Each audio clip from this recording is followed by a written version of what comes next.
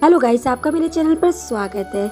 आज मैं आपको सुनाऊंगी कार्तिक मास व्रत कथा अध्याय 11, जिसको सुनने मात्र से आपके घर के सभी कलेश दूर हो जाते हैं और सुख समृद्धि का होता है वास।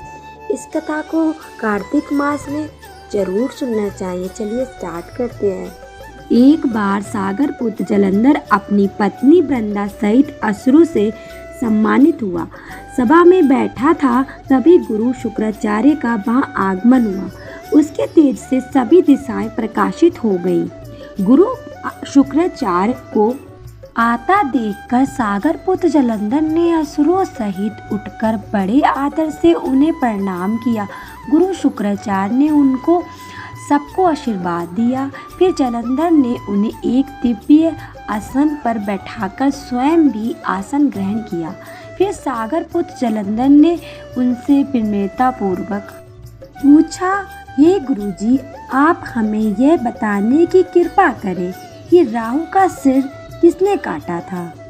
इस पर दैत्य गुरु शुक्राचार्य ने विनरोचन पुत्र हिरण्यकश्यप और उनके धर्मत पौत्र का परिचय देकर देवताओं और असुरों द्वारा समुद्र मंथन की कथा संक्षेप सुनाते हुए बताया कि जब समुद्र से अमृत निकला तो उस समय देवगुरु बनकर राहु भी पीने बैठ गया। इस पर इंद्र के पक्षपाती भगवान विष्णु ने राहु का सिर काट डाला।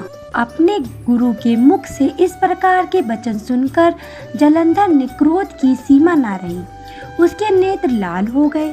फिर उसने अपने धस्मन नामक दूत को बुलाया और उसे शुक्राचार्य द्वारा सुनाया गया वृत्तांत सुनाया। तत्पश्चात उसने पर धस्मर को आज्ञा दी कि तुम शीघ्र ही इंद्रपुरी में जाकर इंद्र को मेरी शरण में लाओ। धस्मर जलंधर का बहुत आज्ञाकारी एवं निपुण दूत था। वह जल्द ही इंद्र की सुधर्म नामक सभा में जा पहुंचा और जलंधर के शब्दों में इंद्र से बोला, हे देवता धाम, तुमने समुद्र का मंथन क्यों किया और मेरे पिता के समस्त रत्नों को क्यों ले लिया? ऐसा करके तुमने अच्छा नहीं किया। यदि तू अपना भला चाहता है तो उन सब रत्नों एवं देवताओं सहित मेरे शरण में आ जा, अन्यथा मैं तेरे राज्य का ध्यान कर दूंगा। इसमें कुछ भी मिथ्या नहीं है। इंद्र बहुत विस्मित हुआ और कहने लगा, पहले मेरे भय से सागर ने सब पर्वतों को अपनी कौची में क्यों स्थान दिया और उसने मेरे शत्रु दैत्यों की क्यों रक्षा की? इस कारण मैंने उसके सब रत्न हरण किए हैं। मेरा द्रोही सुखी नहीं रह सकता, इसमें संदेह नहीं। इंद्र की ऐसी बात सुनकर वह दूत शीघ्र ही जलंधर के पास गया और सब बातें कहे सुनाई। उसे सुनते ही वह दैत्य मरे क्रोध के अपने औज फड़फड़ाने लगा और देवताओं पर विजय प्राप्त करने के लिए अब उसने उद्योग आरंभ किया। फिर तो सब दिशाओं पतल से करोड़ों दैत्य उससे पास आने लगे। शुंभ निशुंभ आदि करोड़ों सेनापतियों के साथ जलंधर इंद्र से युद्ध करने लगा। शीघ्र ही इंद्र ने नंद वन में उसने अपनी सेना उतार दी। वीरों की शंख ध्वनि और गर्जन से इंद्रपुरी गूंज उठी।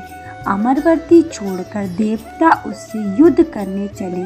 भयंकर मार काट हुई। असुरों के गुरु आचार्य शुक्र अपनी मृत संजीवनी विद्या से और देवगुरु बृहस्पति द्रोणागिरि से औषधि लाकर जियाते रहे। इस पर जलंधर ने क्रोध होकर कहा कि मेरे हाथ से मरे हुए देवता जी कैसे जाते हैं?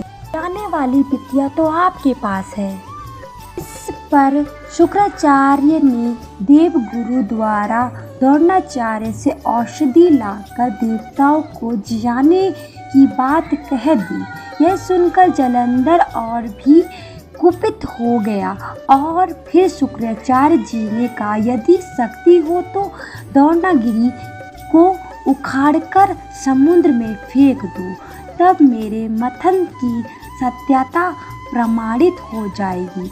इस पर जालंधर कुपित होकर जल्द ही द्रोणागिरी पर्वत के पास पहुंचा और अपनी भुजाओं से पकड़कर द्रोणागिरी पर्वत को उखाड़कर समुद्र में फेंक दिया।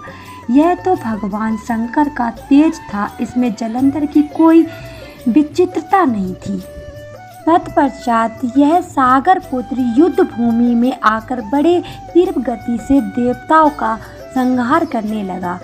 द्रोणाचार्य जी औषधि लेने गए तो द्रोण जल को उखड़ा हुआ शून्य पाया।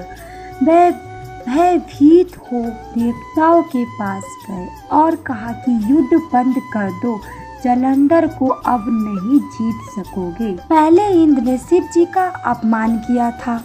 यह सुन सेवक युद्ध में जय की आशा त्याग कर इधर उधर भाग गए। साधु संत निर्भय हो अमरवती में घुस गए। इंद्र आदि सब देवता ने गुफाओं में शरण ली।